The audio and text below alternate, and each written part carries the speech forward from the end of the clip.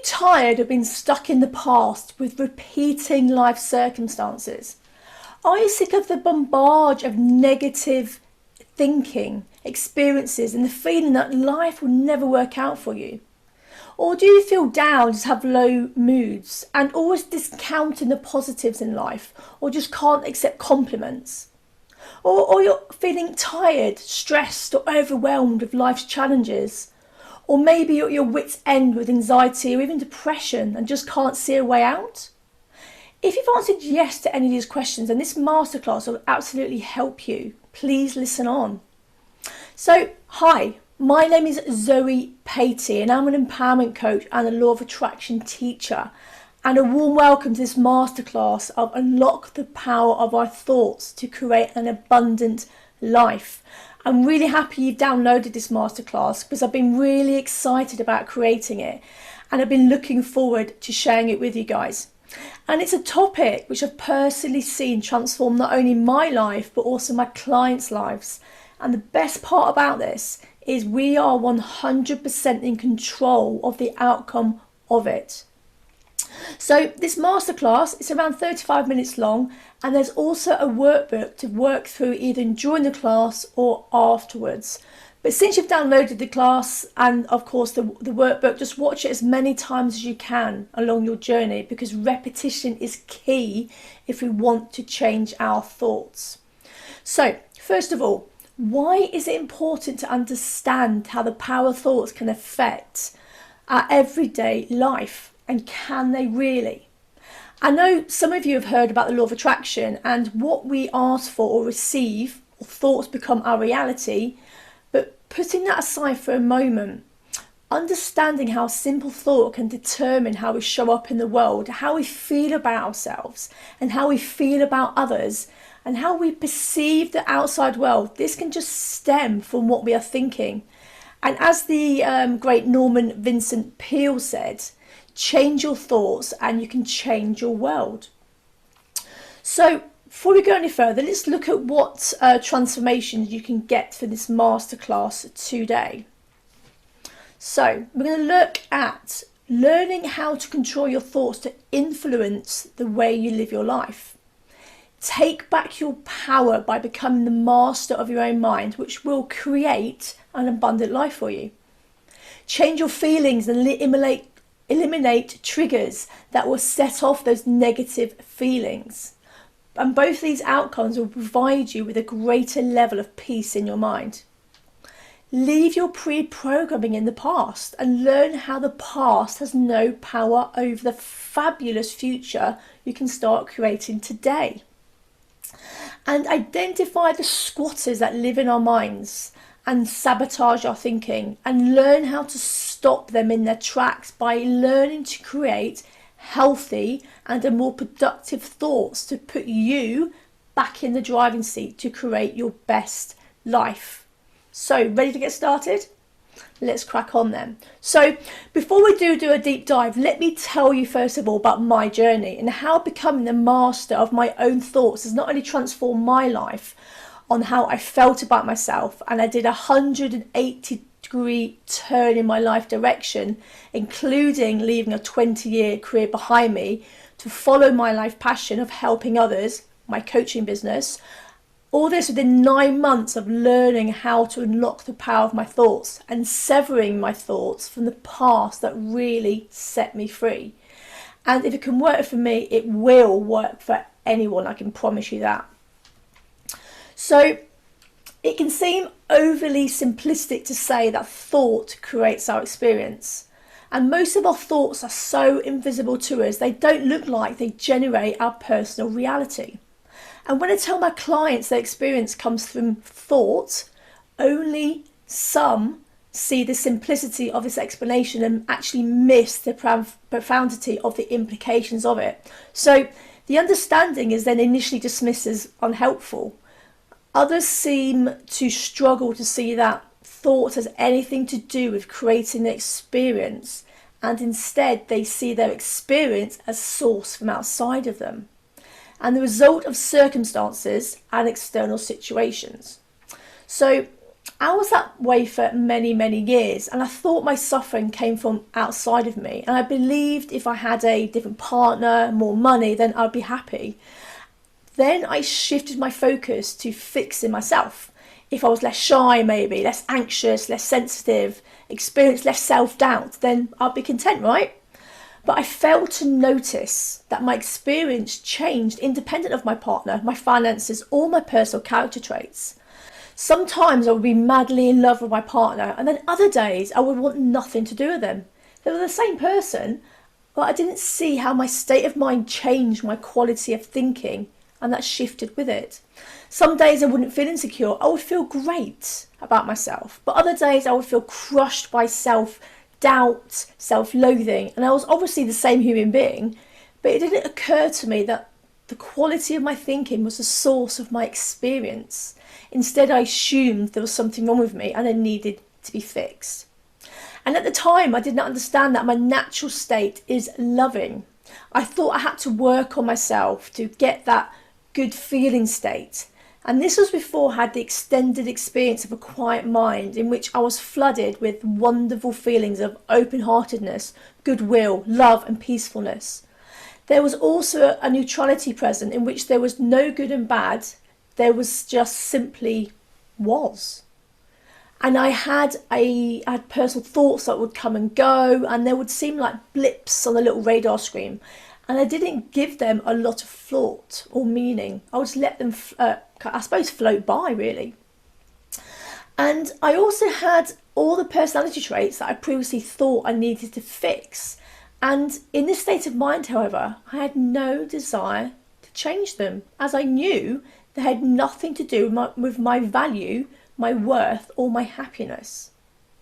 And this experience helped me to know I am not my thinking, nor am I my feelings.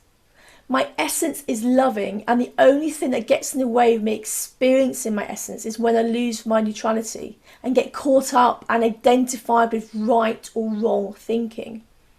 And at these times, I don't experience my true nature.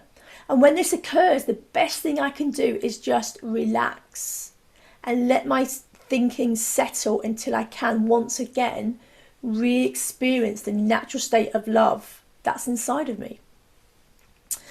And it is with great compassion that I point out to my clients in the direction of seeing their suffering is being innocently self-generated. And my intention is to help them see and experience their natural state of peace and well-being by helping them to disidentify with their insecure thoughts. I hope to help them to see they live in the feeling of their thinking.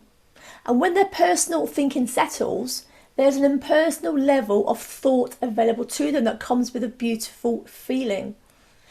And this is available to each and every one of us. We don't need to work together. It's a process of waking up to what already exists. And this teaching can be discombobulating for clients. I've been accused of not understanding, being out of touch and not having compassion. But many of the clients I work with have had years of therapy or involvement in self-help in which the outside version of how experience is created is validated. They've either been told that their suffering is inevitable because of their past or because of their brain chemistry, because of the people in their lives, or in order to feel better, they need to work on changing themselves. But from either perspective, the way forward involves effort to develop coping mechanisms for dealing with suffering that has no end in sight. And it wasn't until I woke up to the fact that I was creating my experience of suffering in the moment that I was able to transform it. I thought I was burdened by my past, challenged by my current life experiences and circumstances, and the victim of difficult people. But from this perspective, I was sentenced to a life of anxiety and self-doubt. And I believed I just needed to keep working harder so someday I might actually feel good and not feel quite so bad. But the truth in this is it only succeeded in me having more time when I felt stressed and anxious and even depressed at times. And what I eventually saw is that it does not matter what happened to me or what my current life circumstances are. All that matters is that I have the capacity to not identify with the thoughts, the beliefs, or the judgments that are the source of my suffering. So when I saw that, I didn't even need to change negative thoughts anymore. They no longer had a hold of me. I also let go of the pressure that I needed to feel good all of the time. By understanding when I feel bad, I'm caught up in my insecure thoughts. I now know I'm not in my natural state, my loving state. So I was able to have more compassion and be kinder to myself when this happened. I stopped making myself wrong for not always feeling good, and I realised it wasn't a big deal because it was only temporary. So recognising that thought creates my experience has had a profound impact on my life, and I am empowered to choose not to feel negative thinking now. And this masterclass is to support you in your journey like it supported me in mine, in creating fundamental changes in your life to feel good, to attract great and good things to you, and to basically live a happier existence. But the main thing you can learn from this class is to understand that change starts with you, and you have the absolute power to make these changes. Now, isn't that amazing? You literally do have the absolute power. It's up to you to make these changes. That empowers you to know that all your happiness and all those changes start from within you. It doesn't exist on the outside world of you anymore. No longer blame other people and outside circumstances. Start to take responsibility from within to become happy and a content person that you've always wanted to be. So, ready to get started on this? If so, let's crack on now. We're going to cover positive thinking, where our thoughts come from, and the power of the unconscious mind. How to change your subconscious mind for more positive thinking, and how integrating mindfulness can benefit your life. And who is thinking my thoughts? So, positive thinking. So, to get started, I'm not going to spend the next half an hour telling you just to be positive like I hear constantly from other coaches or therapists, as that really doesn't resonate with me anymore. In my early days of coaching, I was just led to believe that we just need to think positive and all is well in the world. But hey, life really isn't like that. You know, while we can maintain a positive outlook in life, we are only human. And life gets in the way sometimes, and life can break us. But this is where we can start to take responsibility and not dwell on what's gone wrong, but choose how to become empowered and say, well, okay, that's happened.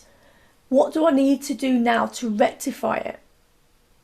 So, for example, if we break our leg and we're just in the just be positive camp, we aren't just going to say, well, I've broken my leg, but hey, let's think positively. I still have my other leg to hop up and down on, and I'll just hop around and get around, and everything will be fine. Let's just be positive about it.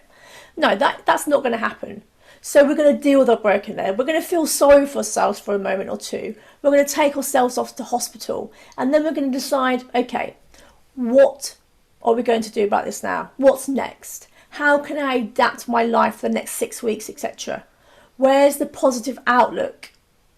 And this is where we choose to make that positive outlook rather than sitting around and moping for the next 6 weeks, for example. So it's no wonder a lot of us are not living the life we desire, as we're in a constant groundhog day of the same thought patterns which don't really serve us and keep us in a loop of discontentment, anxiety, depression, and living a life we don't really like. So thoughts are things, and these are the opening words of Think and Grow Rich, Napoleon Hill's classics bestseller about the workings of the mind and the principles of success. And powerful things that stimulates a person's imagination and are the source of everything we create. Thinking is a mental activity of the human mind that never ceases, that there's literally no beginning and there's no end. It's constant.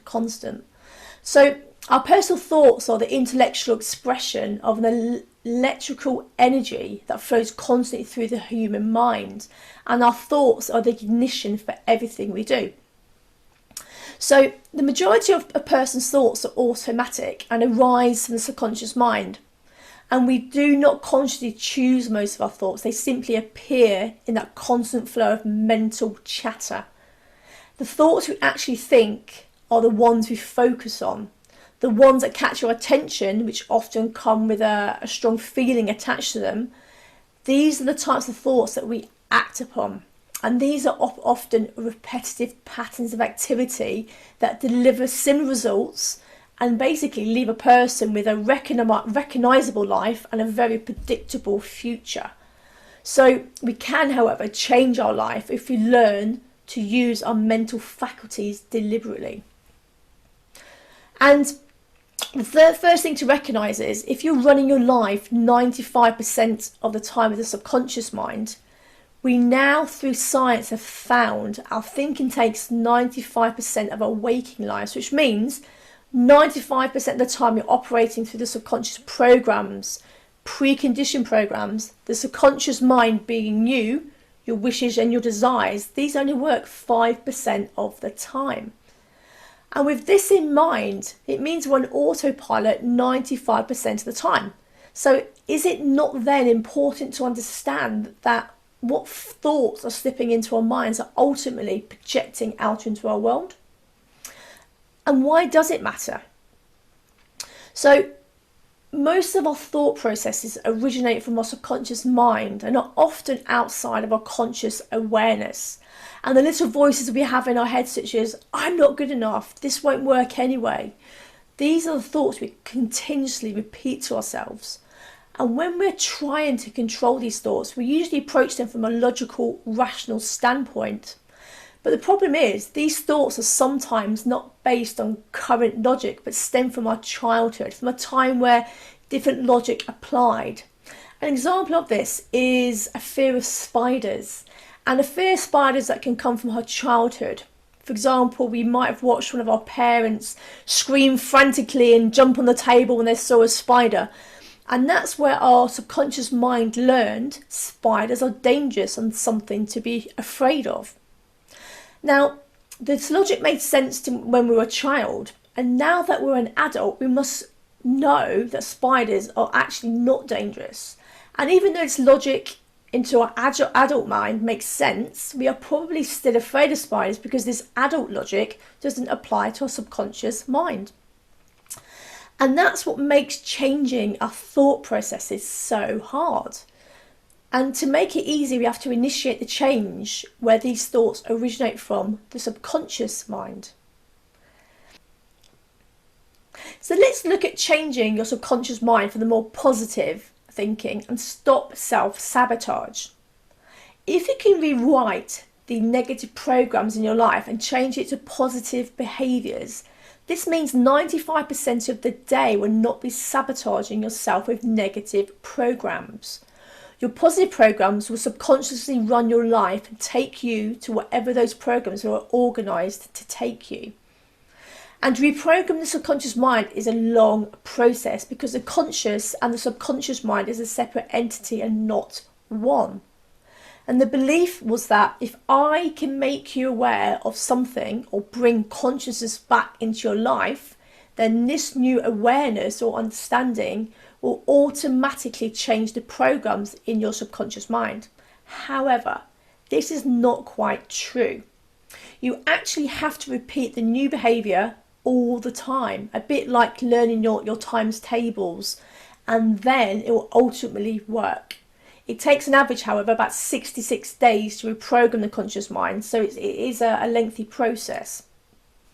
So let's now look at different ways, 6 different ways, and how you can engage into reprogram your conscious mind. And the first one is be in tune with your emotions. Now, one of the fastest ways to change your subconscious mind is to get a grip on your emotions or your emotional state. If you're a very happy and positive person, as your upbeat emotional state keeps sending positive energy out into the universe, the cycle of this continues to bring you more positive energy back. And this is basically the law of attraction in action. On the other hand, if you're quite a negative or pessimistic person, the same energy you send out also returns to you, and the cycle continues. And again, that's the law of attraction in action. The law of attraction is working all the time. So it's important to look at why you have these negative emotions in the first place. And these could be things like fear, hurt, sadness, anger, guilt, and learn how to release these emotions. You can do it yourself or seek help from a coach or therapist to assist you, because until these negative emotions are released, you might find yourself in a cycle of repeated life circumstances that are generally unwanted. So the next way to look at how to reprogram the subconscious mind is assess why your thoughts are negative. Changing the subconscious mind from negative to positive will be best addressed by taking a look at what makes your emotions lean towards negative. So let's take the classic example of someone who is always emotionally negative due to lack of money. Your subconscious mind in most cases believes you have no money, and that money is very difficult for you to come by. It's the belief in having no money that keeps you in the state of having no money. So the process of changing the subconscious mind in this case would mean changing the negative belief or association you have about money. So for example, did your parents or other people tell you that you'd never have money, or you haven't got money, they haven't got money? Do you believe that you're not worthy of money, or only lucky people have a lot of money? No matter what the reasons are, it doesn't really matter. And what does matter, however, is that you understand that the one and only reason you don't have money is that you believe you don't have money.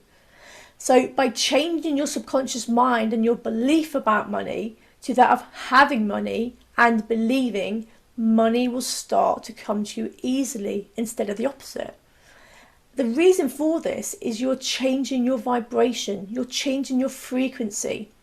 So the same thing goes to about changing your subconscious mind about enjoying a relationship, a great relationship, for example, or feeling healthy or anything else really. Once you change the subconscious belief, your life will change. So how do we change the subconscious mind to have the new belief about money or anything else? We need to first of all start telling ourselves a different story. We need to change our relationship towards money. We cannot possibly expect to attract money or have more money or anything else in life if we have a negative association towards it.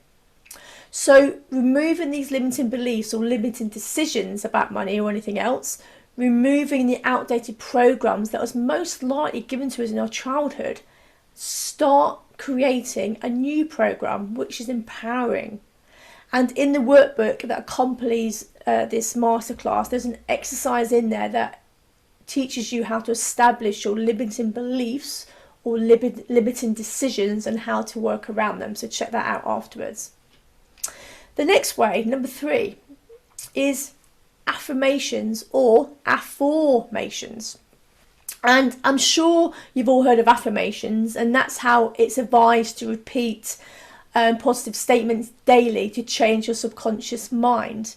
But most people I've personally spoken to about this tell me honestly that usually they don't commit to affirmations, or they don't really deep down believe in them, and they feel as though they're lying to themselves, and therefore they get mixed results.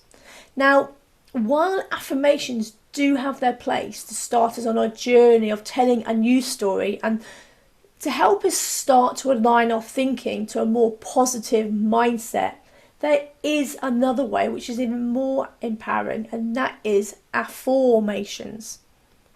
So what's the difference between affirmations and afformations? So an affirmation is a statement of something that you would like to be true in your life. For example, a classic affirmation is, I am rich. The problem is, for many people, when they say things like, I am rich, their brain responds like, yeah right Zoe.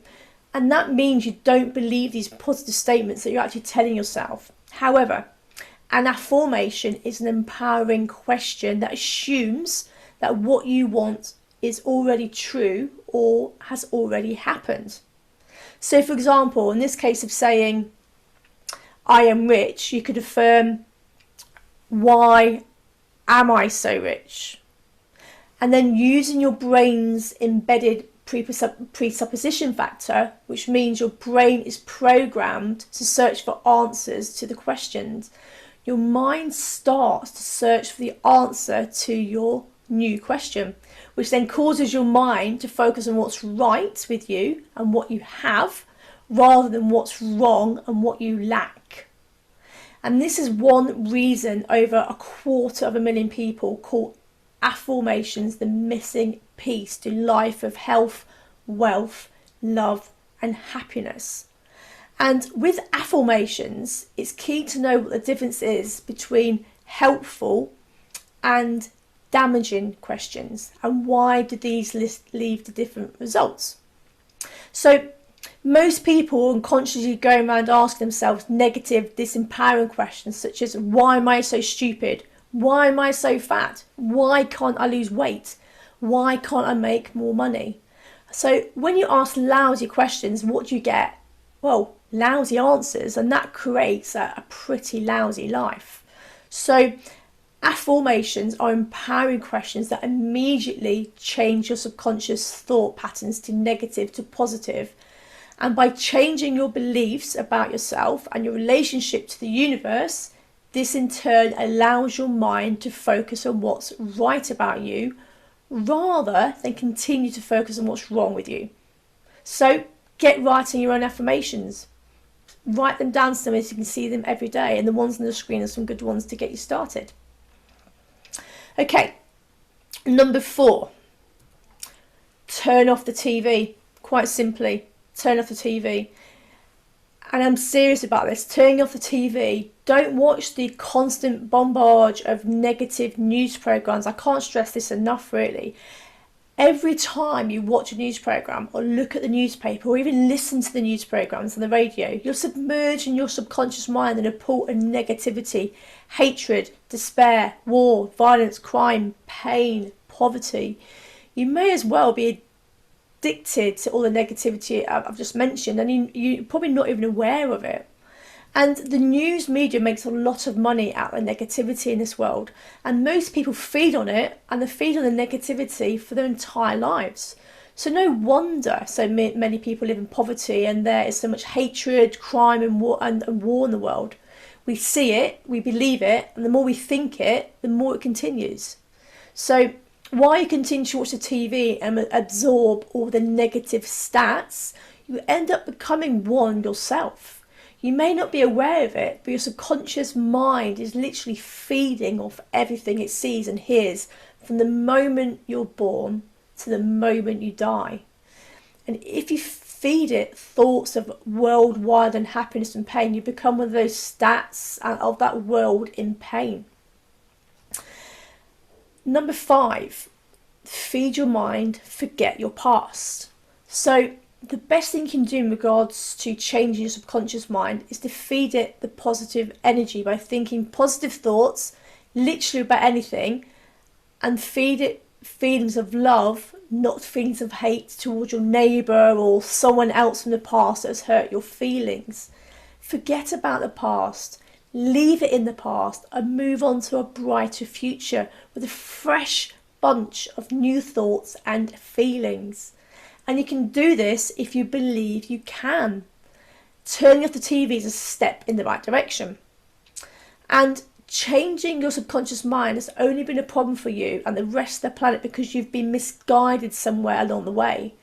Abundance and a world of happiness are yours for the taking when you believe it's right there in front of you. And, once you start to change your subconscious mind, you'll begin to see things come into your life like magic. So stop being one of those stats and become the magician you really are. And step number 6 is creative visualization. And visualization is a super effective way to change your subconscious mind. And the more you get into the habit of using the visualization technique, the clearer you'll be able to see the images and the faster you'll get results. So visualization works by stepping into the scenario you want. You need to feel it, breathe it, and actually be associated in the visualization. We need to create the feelings and the sensations of what's happening around us. So this is so powerful as it's sending signals out into the quantum field, and then we attract similar signals or energy back to us. And Joe Dispenza, who's a neuroscientist, explains that we should think of thoughts as the electrical charge in the quantum field and feelings as the magnetic charge in the field. So basically the thoughts we think send out an electrical signal to the field, and the feelings we generate magnetically draw events back to us. And together with how we think and how we feel produces a state of being. And the body doesn't actually know the difference between an emotion created by an experience you're having in the outside environment and the experience that you are creating internally by embracing this new elevated emotion. So when you embrace elevated emotions and think thoughts that are greater than the self-limiting ones that keep you stuck in your past, your body then begins to prepare chemically for the future, because it's believing the future is happening now.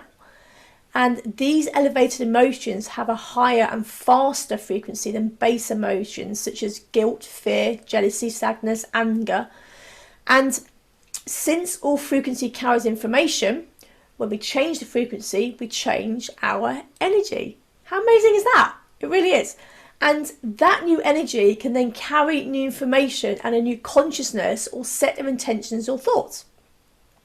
So hence visualization is great for achieving results, and so many sports people use this technique when preparing to win for a race, for example.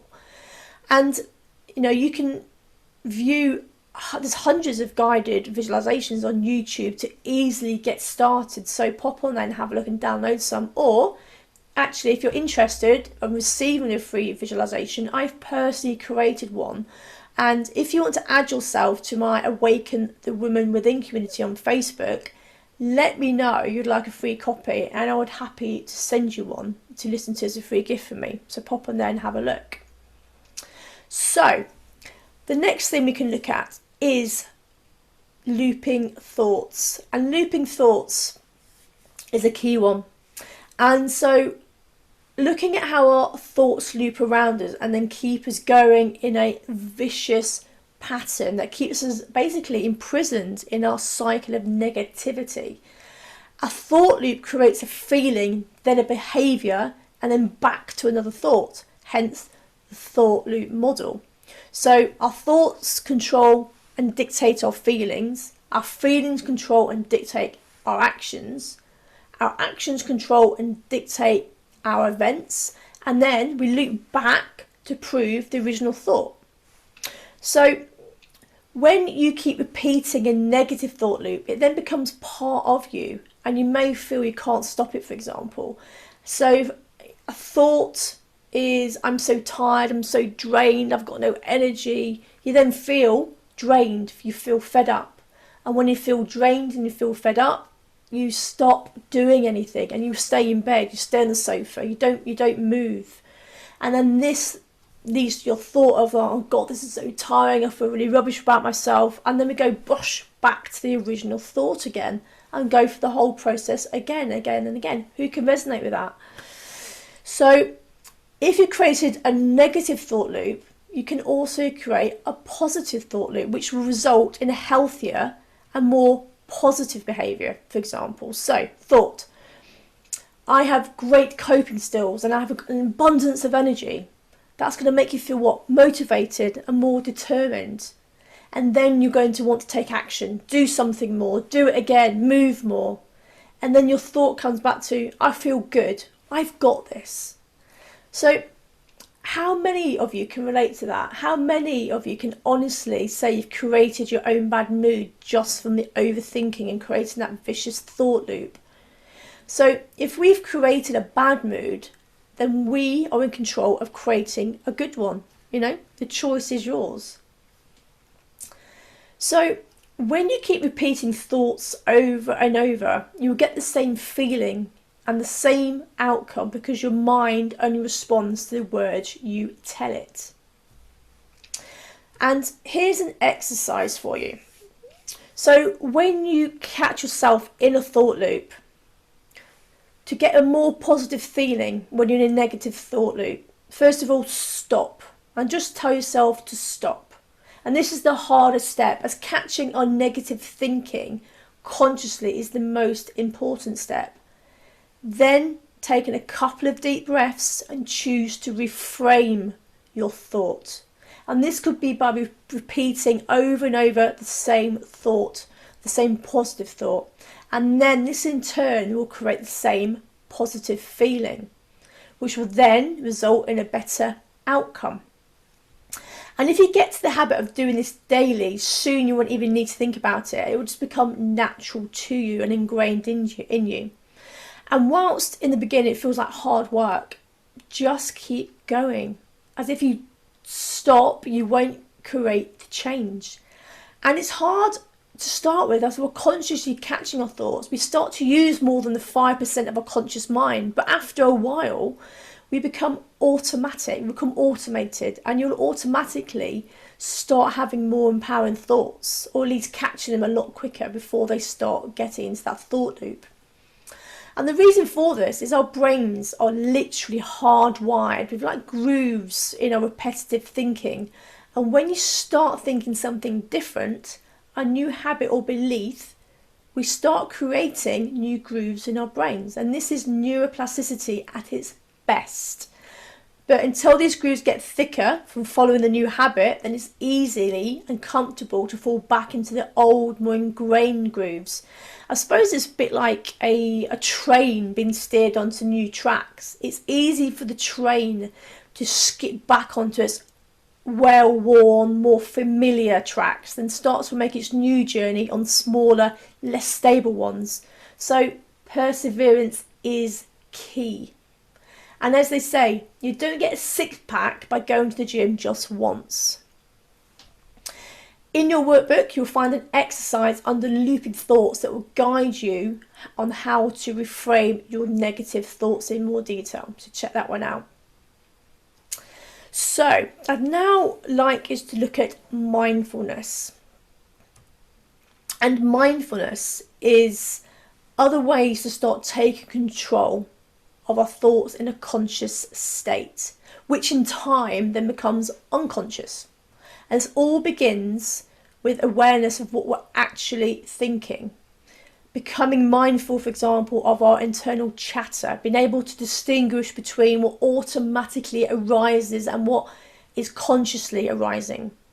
Learning to choose the thoughts that match your goals and desires, and rejecting thoughts that arise that do not match your vision for your life. So we can learn to recognise that our thoughts are not our reality or the truth, but they're just offerings. Awareness of that option and practice of rejecting strong thoughts that do not fit our view of who we want to be. And we can begin to choose thoughts that reflect your values and desired identity. Do not choose thoughts based on present conditions or circumstances which were created by past thinking. And choose your thoughts based on what you wish to be, do or have. And that's how you create a future you desire, instead of a predictable future that looks a lot like the past or the present. So let's look at some techniques for this.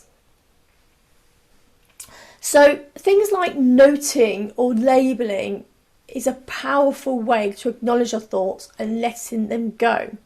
So when we label it as past, present, future, pleasant or unpleasant, we send it on its way and we file it into our minds with that label. And when a thought comes to mind, we recognise it, accept it, and investigate where we feel it in our body. Is it in our stomach? Is it in our heart? Because once we know why the thought is there, we can then choose to let go of our outdated programming for good. And then with practice, this kind of mindfulness will allow us to focus on the present moment, and we'll refuse then to be not controlled by our thoughts. We won't ruminate about them or let them take over our consciousness. So we've come to the last section now of who is thinking my thoughts. And this is the last section about understanding before you become the master of your mind, you must also recognise that you are currently at the mercy of several unwanted squatters living in your mind, and they are in control of your thoughts. If you want to be the boss of them, you must know who they are and what their motivation is, and then you can take charge and evict them. So here are the 4 squatters in your head that create unhealthy and unproductive thoughts. So we have the inner critic.